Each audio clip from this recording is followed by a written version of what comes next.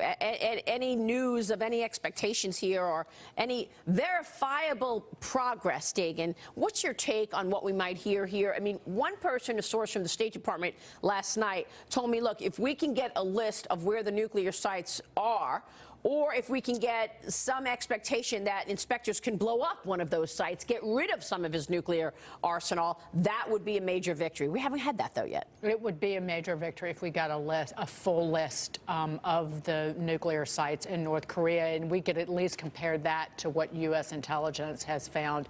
It would be a real commitment by North Korea to pursuing denuclearization.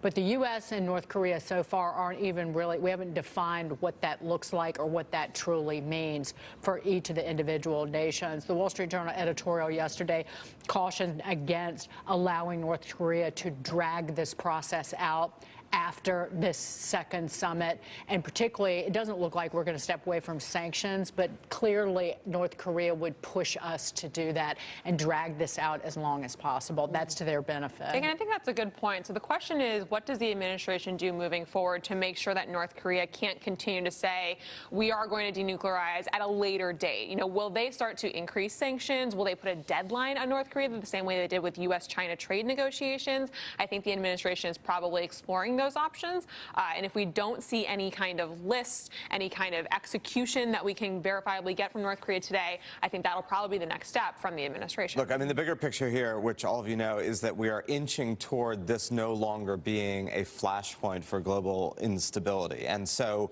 the details of this are unlikely to look at all like what the United States might have wanted 20 years ago, which is a genuinely denuclearized North Korea and a reunified Korean Peninsula with South Korea leading the way.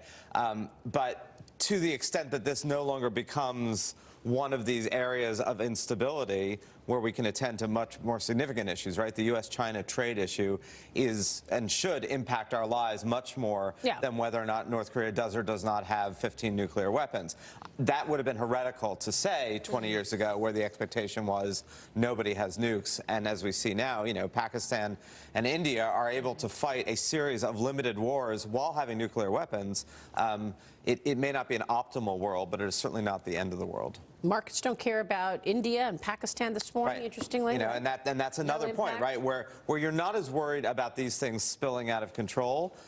You know, human beings and societies can incorporate a good degree of regrettable, destructive chaos, right? The civil war in Syria, unbelievably destructive, did not move markets. It didn't move markets because its spillover effect on whether or not Apple's going to sell an additional iPhone here or there. A nuclear war or an actual armed conflict on the Korean Peninsula, that does send people into a tizzy, and it should because of those things. So. And State Department sources say that the goal has not changed, and that is complete denuclearization on the Korean Peninsula. Right. They say that, but that's not going to be what I think ends up happening. We'll see. I mean, they are trying to move the ball. We'll see what comes out of that meeting. But I think we're all right in terms of he's got to come away with something, whether it be a list or some commitment from the North. Be sure to stay with us tomorrow morning. We're going to have all of the latest out of this meeting at 5 a.m. Eastern. We'll be here 1 hour earlier tomorrow for our special live coverage as we follow the second summit between the president and North Korean leader Kim Jong-un. Meanwhile, concerns over the risk of recession. J.P. Morgan Chase Chairman and CEO Jamie Dimon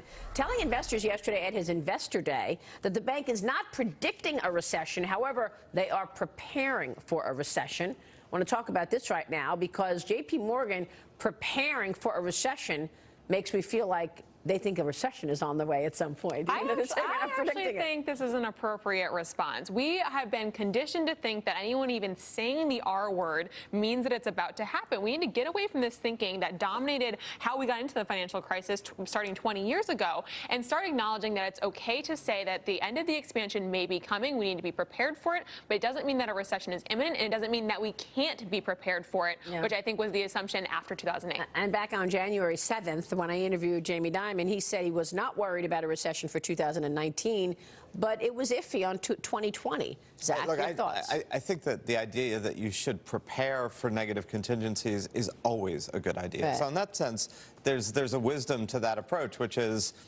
there's lots of things we should prepare for. I mean, I'm preparing for lots of things so that I hope don't happen. And there's a difference between a recession. We all think, oh my God, a recession means the end of everything. If economic growth slows from 2.5% to 1% versus 2% to negative 0.5%, all of those things are slowing. One is technically a recession. One is the slowdown of expansion. Both are things you need to adjust to. And we are not going to be on a straight line up. But I don't think there's any imminent risk, not imminent, of some sort of collapse. And I think that's the larger point. We don't have. There may be black swans we don't know about. That's the definition of black swans. But it does not seem to be that there is a systemic secret bubble forming that's going to destroy us in the next year or two. Consumer confidence yesterday was up. Right, 100 for the month. Yeah. And came in above expectations. And look at these retail numbers, too. Even especially after that reading in December, which I think we'll actually see a revision on in the coming months, we still see these retailers report with pretty confident numbers, especially coming off of a pretty volatile December, which normally would create pressure on consumer confidence. You're exactly right, Dagan. We're a consumer-driven economy. As long as those consumers feel confident, it feels pretty good about the United States. But Jamie Dimon, because of their mortgage lending business, is watching the fact that last year we had the slowest home price growth in, 4 years since 2014. Construction is in a slump. That's got to be, if he's worried about, economic slowdown, that's got to be a point of Home Depot didn't do particularly well. So it's a varied landscape. There's a lot of bright spots, but it's not as if everything is off to the races. Well, that was his quote at the Investor Day yesterday. We are not predicting a recession, but we are preparing for one.